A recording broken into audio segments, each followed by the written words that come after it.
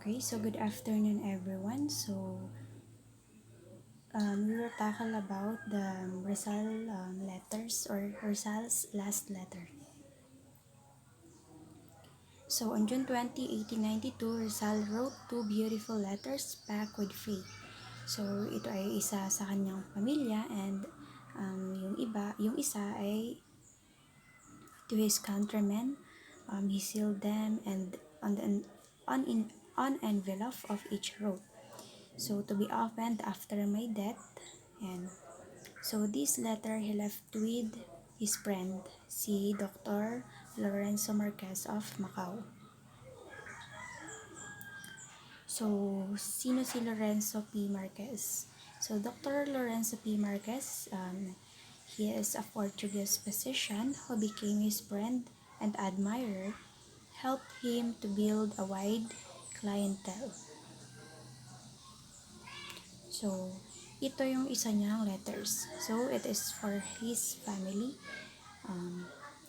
It is noong June 20, 1892 niya sinulat. So, nasa Hong Kong. Sabi niya, to my dear parents, brothers, and sisters, the love that I have always professed you has induced me to take this step that only the future can say if it is sensible or not. Success judges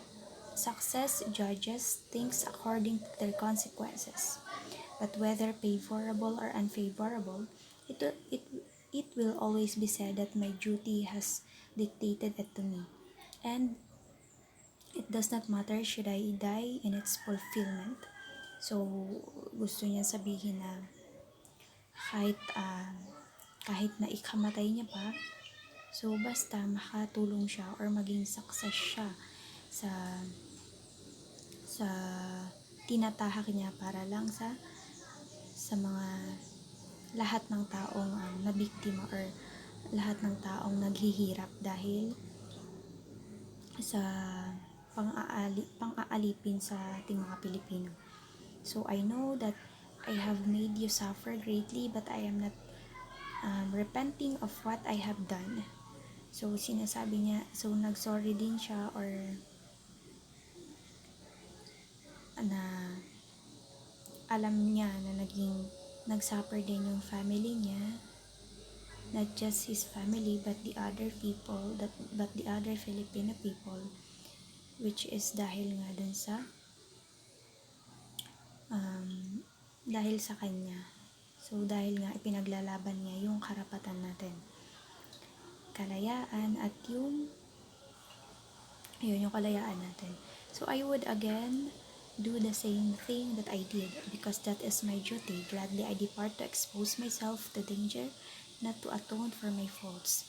For on this point I do not believe I have committed any, but to finish my work and to confirm with my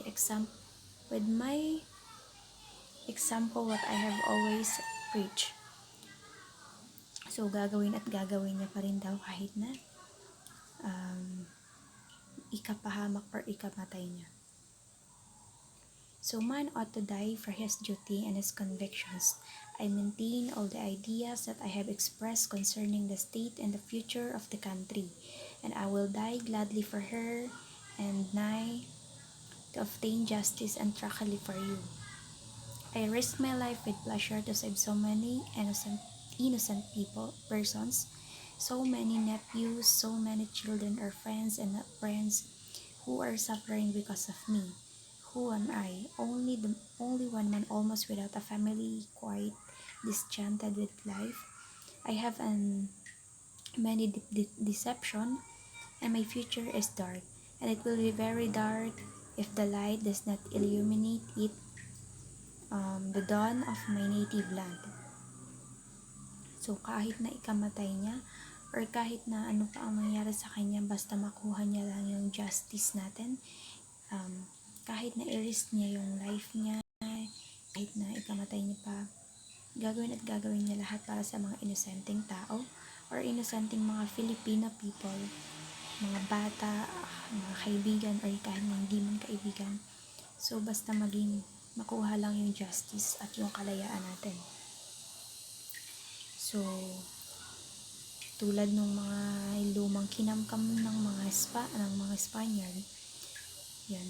So, whereas there are so many beings full of hope and fancies who perhaps may all the happy of my death, which I hope I will satisfy my enemies, and they will no longer persecute so many innocent persons. So, until a certain point, their hatred of me is justified, not however with respect to my parents and relatives. If luck is against me, sabi daw, kung yung swerte daw is against sa kanya, so let everybody know that I will die. I will die happy with the thought that my death has ended all their bitterness. Return to our native land and be happy there. So until the last moment of my life, I will think of you and wish you all kinds of happiness. Jose Rizal. So yun, so kung tayo pa nga lang, so babasahin natin yung letter niya sa family niya. So sobrang makakalungkot kasi syempre kahit na ikamatay niya um, or alam niyang mamamatay siya, so yun, kung tayo yung mismong family niya, so sobrang sakit or sobrang nakakaiyak, nakakalungkot na hindi mo malaman. So ito naman yung second letter niya, was addressed to the Filipinos. So ito ay para sa lahat, para sa ating lahat. So the step which I have taken, of which I am about to take, is very hazardous, no doubt, and I need not to say that I have thought much about it. So wala siyang pinagsisisihan, kahit na ito ay very hazardous o sobrang mapanganib. So I know that almost everybody is against it, but I know also that almost nobody knows what is going on in my heart. So I cannot live knowing that many are suffering unjust persecutions on my account. So I cannot live seeing my brother, sister, at the persecution of and the numerous families pursued like criminals. So yun. So yung nasa puso lang talaga ni Rizal is yung makalaya tayo or magkaroon tayo ng kalayaan sa bansa natin. Kumbaga, meron tayong kalayaan sa sarili natin. Kalayaang magsalita or kalayaang lumaban sa tama. So I prefer to face death, and I gladly give my life to free so many innocent from such unjust persecution.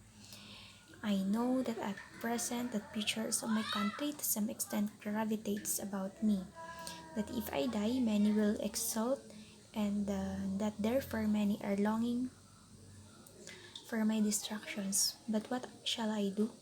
I have duties to my conscience about all. I have obligation to the families which suffer, to my old parents whose signs burst to my heart. I know that I alone, even with my death, I am able to make them happy, permitting them to return to their native land and to the tranquility of their home. So I have my parents, but my country has many sons beside myself who are able to take my place and are already taking my place successfully. So yun, kung sobrang nakakalungkot na isipin na dahil lang sa pinaglaban niya tayong mga Filipino, kapwa niya Pilipino, pinaglaban niya yung kalayaan natin, kalayaan sa sarili, kalayaan sa sariling bansa, ikinamatay niya pa. So I desire furthermore to let those who deny our patriotism see that we know how to die for our duty and for our convictions. What matter that if one dies for what he loves, for his motherland and beings he adores?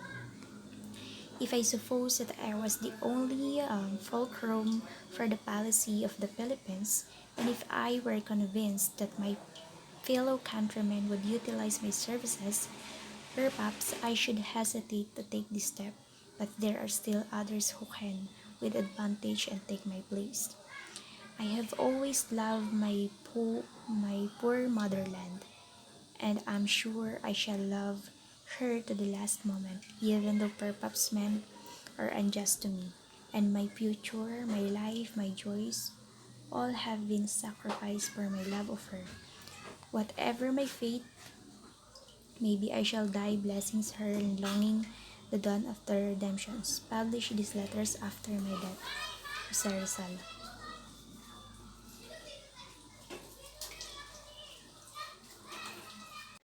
So, yun yung dalawang letter.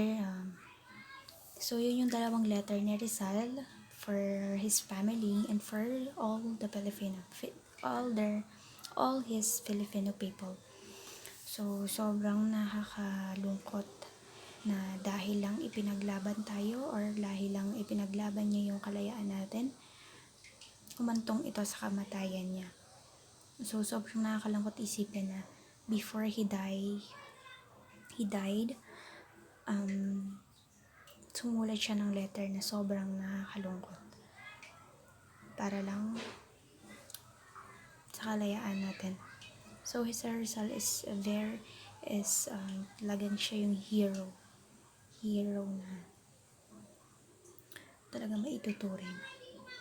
So, that's the two letters of Rizal. So, the end, thank you for listening.